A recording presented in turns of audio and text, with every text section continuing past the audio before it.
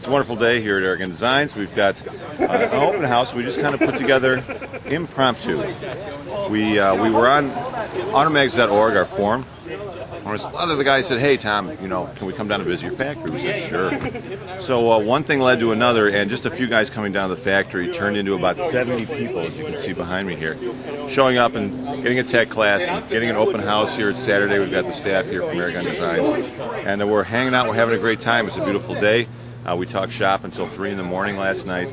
We got a special tour of the paintball facility as well as our manufacturing facility. We're going to go play paintball tonight at Country Club Paintball, and tomorrow we're going to go play paintball outdoor at Fox River Games. So we're going to have a great time. And what we're going to do here in this video is going to walk you through the Air Gun Designs complex, as we like to call it, because we're spread out in a couple of different units in 2 different buildings. And we'll show you what life at Air Gun here is all about. All right, as we step over here, this is Technicore Industries. This is one of the first companies we started 20 years ago. Technicore Industries has evolved into our research and development facility. So let's go inside and see what we've got here. So this is our engineering department. This is where things incubate. This is where ideas become reality, and reality hopefully becomes good products. Our team of engineers works on different things here, and we keep this separate from the assembly facility, which is in the next building. At Air Gun Designs, we put together things, we do quality control, and we do the same thing every other week. What goes on here is real creative and real free form. Everything goes on. So by putting this in its own separate little incubator here, things pop out of here that you wouldn't expect. So this is our engineering area. We're here on a Saturday, so the guys aren't here. And back here, we can find the area where we manufacture prototype stuff.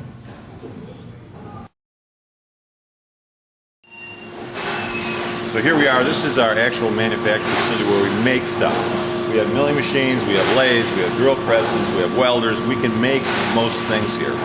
One of the things we've done over the years, we specialize in making assembly machines. These are air-operated feed systems. They can be controlled electronically, like this machine here, or they can be controlled manually, depending on what you want. In our mind, we have a long history of building machinery. A paintball gun is a handheld, air-operated feed system. So for us, this doesn't look much different than a paintball gun.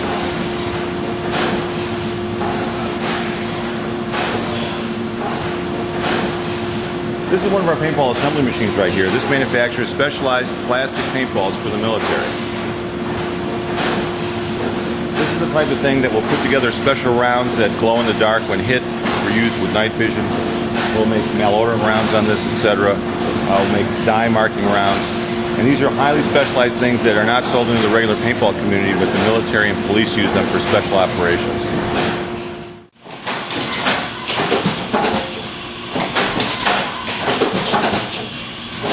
This is our paintball manufacturing area. Behind me, making all the noise back here, are the injection molders that manufacture the plastic shells. So where all other paintballs are made from gelatin, these are made from plastic. This gives the extra advantage that you can put water in them, and you can put liquids, and you can put powders, you can put any kind you want. They're like a payload system. Anything you want to go in here, but they still break very easily. This is one of the other machines we built here in-house. This is an assembly machine to put the pieces of the paintball halves together.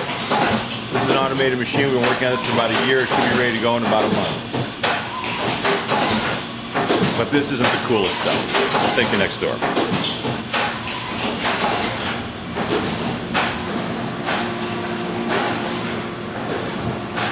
See, only here at Air Gun Designs R&D department would you get highly concentrated OC liquid. Normally, if you get this stuff, it would come in 5% concentration. The police use a 10% concentration. This is 100%. But if you notice right here, it says kosher approved. Because all it really is concentrated pepper juice.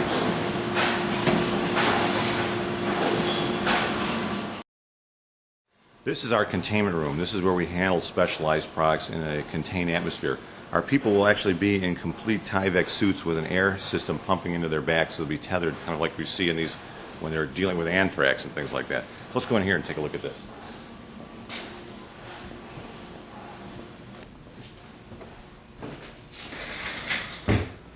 And this piece of equipment here is our assembly machine that assembles the tear gas paintballs.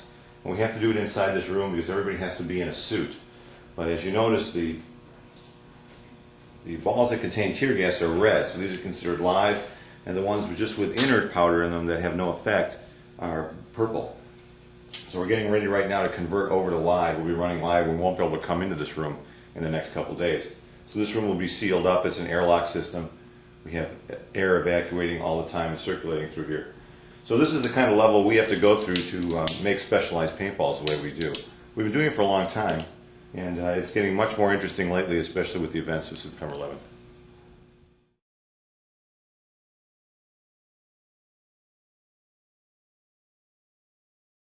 This is the only delivery system that will go beyond 20 feet. That's the difference. So when they have a spray for tear gas, it'll go from maybe here to the wall effectively. After that, the stream starts spreading out and gets less effective. This, they can shoot somebody at 30, 40, 50 feet, and it's the same as spraying them directly with tear gas at close range. No, they have sidearms to do that with. Actually, the LA County Sheriffs right now have over 150 sidearms in their car.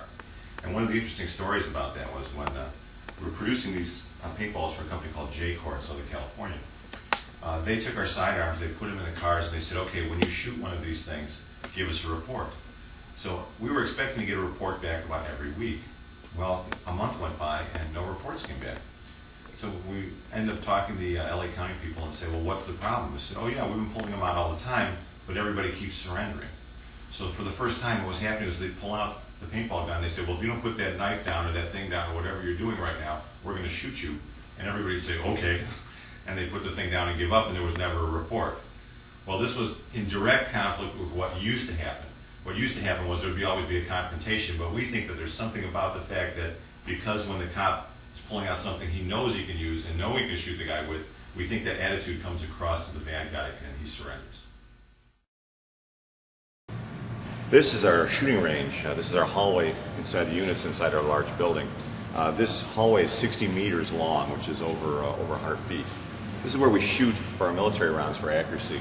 We can't shoot regular paintballs in here because to go the entire distance of this hallway, the regular paintballs will hit the ceiling. But our specialized military paintballs that have longer range and longer accuracy actually do have a flatter trajectory because they have more weight to the paintball. They will go the entire length of this building and not hit the ceiling.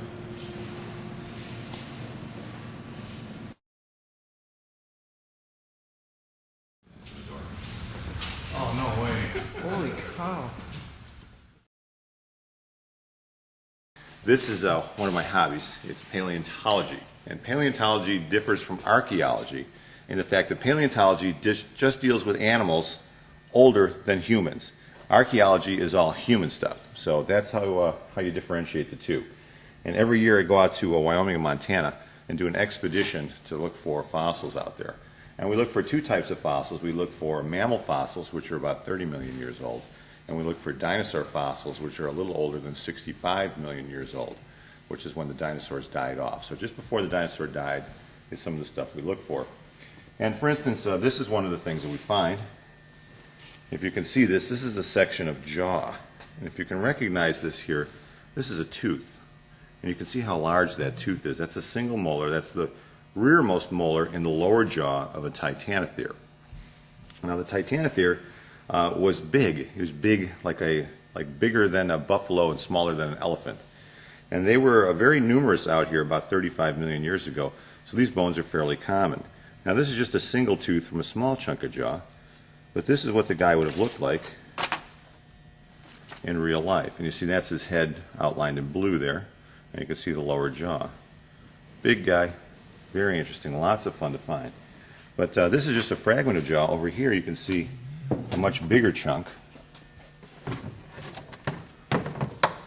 Now this piece hasn't been prepared too well yet, but you can see more teeth. You see the size of that single tooth in the back and another tooth here.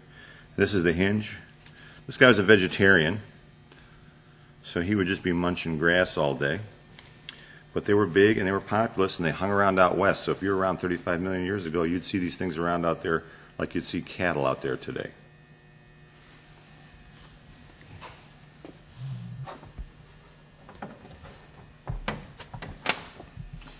And over here, what we have right here, this is way older. This is the horn of a triceratops. Triceratops is just about everybody's favorite dinosaur. If we have a picture over here, this guy here is Triceratops.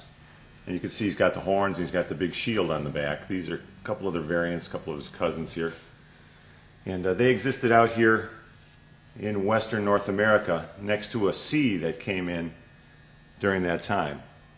So that's why you find all the dinosaur bones out there, because there were no dinosaurs living in the sea at the time. They were all between the sea and the mountains in Colorado, Wyoming, and Montana.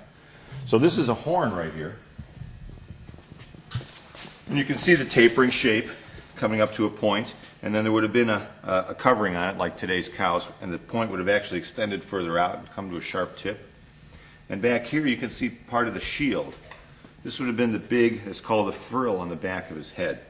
What's interesting about these skulls is they were so big that if you found one today, if a Triceratops happened to come die in your backyard and rotted away and there was a skull sitting in your backyard, it would be too heavy for you to lift up, which is pretty interesting. There are no skulls today that are that heavy. What you see here is part of, by any standards, a very large telescope mirror. This is a 6-inch thick chunk of quartz that we're in the process of polishing into a perfect sphere. Right now, this has been polished smooth. It is a perfect sphere to within one wavelength of light. And we're going to polish this even further and get it to within a quarter wavelength. And the polishing is done with this giant machine here. This whole thing rotates around and this thing moves back and forth. And this is one of the polishing discs that we use right here. You can see it suspended on this special little winch we've got. And this is covered with a special pine tar pitch. So this is the kind of thing we do. And then to measure this, we have instrument packages that go up in the ceiling. And eventually, what's interesting about this piece of equipment here, it's going to turn into a telescope that's going to be put in Arizona and run over the internet. And we're going to use this piece of glass and the telescope that it eventually becomes to search for planets around other stars. And we'll be the only amateur team doing that. This is an experimental piece that we happened to get a deal on, so we bought it. But we're thinking about mounting that giant mirror here and floating this ball on an air bearing so the whole thing will rotate very easily and point anywhere in the sky. And over here, we have a little prototype.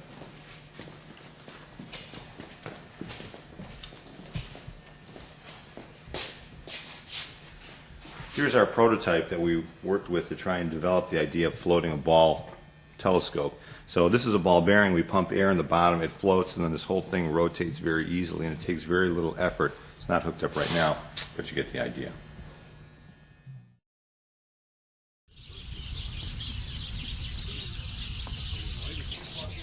So this is Airgun Central. This is the office where our girls take care of everything. Top-notch fashion. We're doing the open house today, so we're crowded with people. Now, we'll come into our kitchen area. Get you guys to step back 1 second so we can get this thing on TV. And I'm going to turn this over to Dave Zupan. Dave is our VP of manufacturing. And one of his hobbies is these super high power rockets. Okay, folks. This is what they call an end motor. It's a reloadable motor. 700 pounds of thrust for 7 seconds. Goes approximately 5 miles up. Comes down gently on a 14-foot parachute. I won't tell you what it costs. That's it. They're beating off the pad. That's the difference. So that breaks the sound barrier. This one does too, but it does about a mile up.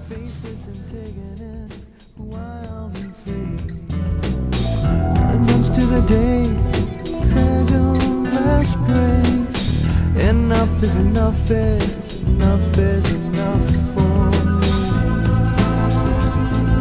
We will love again. We will love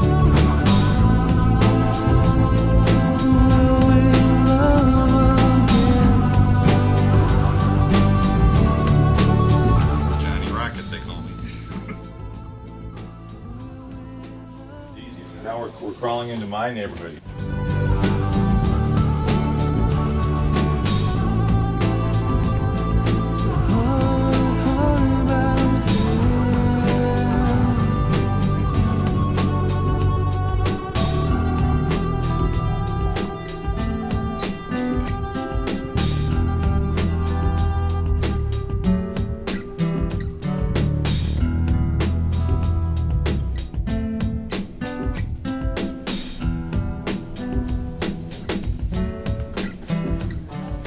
here is our office area. My office is right over there. Eric, my engineer, is right next to mine. We handle day-to-day operations here. Eric does a lot of the testing and debug of the products that are coming online, and as well as continuous development of the products we already have. So changes and things like that we make as we constantly evolve the products come from here, whereas new products and new ideas are generated in the other building that we saw. So here is where I spend most of my time. This is my office, and I've got the room with the view finally. For many years I was in a different office. It was a little bigger, but it had no view, so I went for the view. So this is the con, as I call it, and my life at computer, and our email isn't working right now because we've got a virus. But this is where life goes on day to day for me.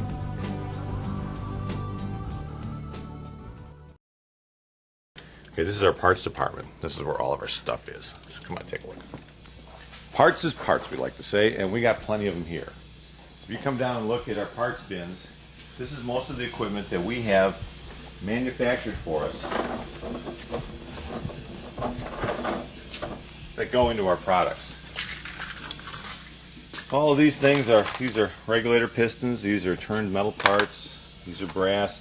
Everything that you see that's shiny is usually made from stainless steel. We're one of the few manufacturers that does a lot in stainless steel. The reason for that is stainless steel never wears out, never rusts. It's the most durable material there is. There's a slight weight penalty, so we've been switching some stuff from stainless to aluminum. But in general, you can see the types of parts that we have to keep in stock. And one of the tricks at Aragon Designs is keeping the right quantities of parts in stock. So not only do they have to be enough of them here, they also have to be of grade A quality. So we have one guy dedicated full-time to quality control. And we don't manufacture any of these parts here, we job all these out. And this is a little bit different than, let's say, War Game Products. If you went over to Bud's place, you'd go into his building and you'd see hundreds of machines making parts all day long. What we do is, because we live here in Chicago, we have a great manufacturing base, and we have machine shops all around the area here that we've been working with for 10 years. So we'll give them our blueprints, and they'll make these parts for us. So all we do is QC them and then put them together. So as the parts come in, they get QC'd, they get checked in by Brian, who's right over here. We'll meet him in a minute, and they go in here. So this is Brian, our parts guy. Brian takes care of everything going on here. He knows every single part in this place, and he knows every count in this place. He's 100% accurate all the time, right, Brian? Yes. So Brian's the guy who pulls the parts to make sure we have the stuff ready to go. And this is a very important part. If you notice that this place is locked up like a fortress, because we need to make sure we know exactly how many of everything is in here. So only Brian gets to take things out and put things into this place. That's actually kind of typical for inventory. It's not unusual at all. But we've got them walled in here, so we keep them here 24 hours a day. Thanks, Brian. Mm-hmm.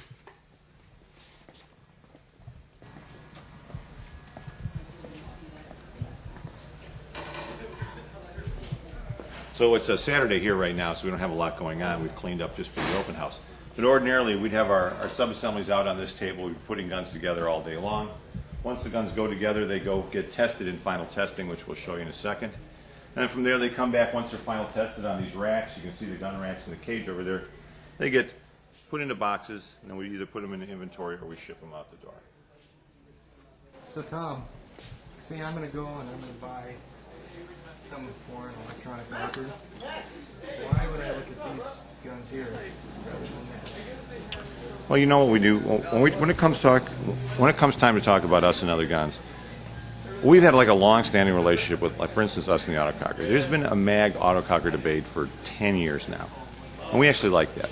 We don't promote that you buy our gun over any gun. What we promote is the fact you buy all the guns. It actually works out better. In terms of the autococker, automag debate, if there were 1,000 paintball players in the entire universe, and half decided that they wanted autocockers, and the other half decided they wanted automags, well then, I would sell 500 guns, and Bud would sell 500 guns. But by saying, well, I should try the autococker and I should try the automag, what happens is 700 or 800 people will buy the mag, 700 or 800 people will buy the autococker. Bud's happy, I'm happy, and the people are happy. They got two guns, they got a backup. So that's how we feel about it, you know. Try them all. It's personal preference. See what you like. That's politically correct. Otherwise, wasn't it? But that's actually the way it is. That's the perfect math. There's nothing wrong with that math. Okay, here we've crawled into our little hole. This is where Roman normally works day to day. One of the few things we do in-house is we silver solder the main bodies together. So the main bodies will go together here. They'll be assembled and put together something like that, and then the torch will be used to heat up the stainless. And this is 60% real silver. This solder has 60% real silver in it, and we'll use this to solder up the main bodies. This is such a precision operation that we can't job this out anywhere. So we have Roman, our specialist, that does this day in, day out. Here. I got shot like 2 weeks ago. Wow. Yeah, I was. So this here is the electronics area. This is where we program the EMAG boards. And right now I'm doing some development work on the anti-chop eye for the new EMAG Extreme. So we're going to try and test this anti-chop eye tonight at Country Club Paintball, as long as I get a few minutes to put it back together here before we have to leave. So this is just one of our computers. This is the flatline repair area, and where's Comprado back here? East side. Mr. John Comprado back here. He's the guy you talked to on the phone. This is our tech department. Here, John spends his day hooked to a phone and talking to guys and helping them fix their guns. So he's helping people right now, as a matter of fact, as we speak. He's the man with the smile. Everything going okay today? Oh, so far so good. About to check this one really quick. Good. We'll show them. This is our gun pinball machine here. This is a muffler barrel. It doesn't shoot anything, it just keeps it quiet. Run some stuff through the...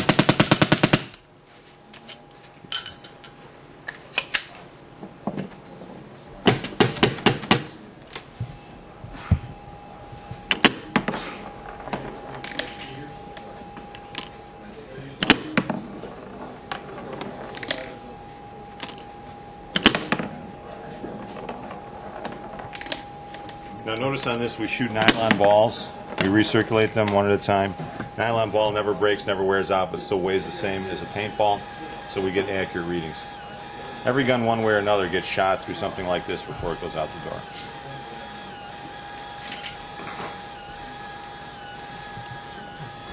And if you get a brand new gun out of the box, you've got a little paper tag on it. Most people throw them away thinking it's some kind of receipt.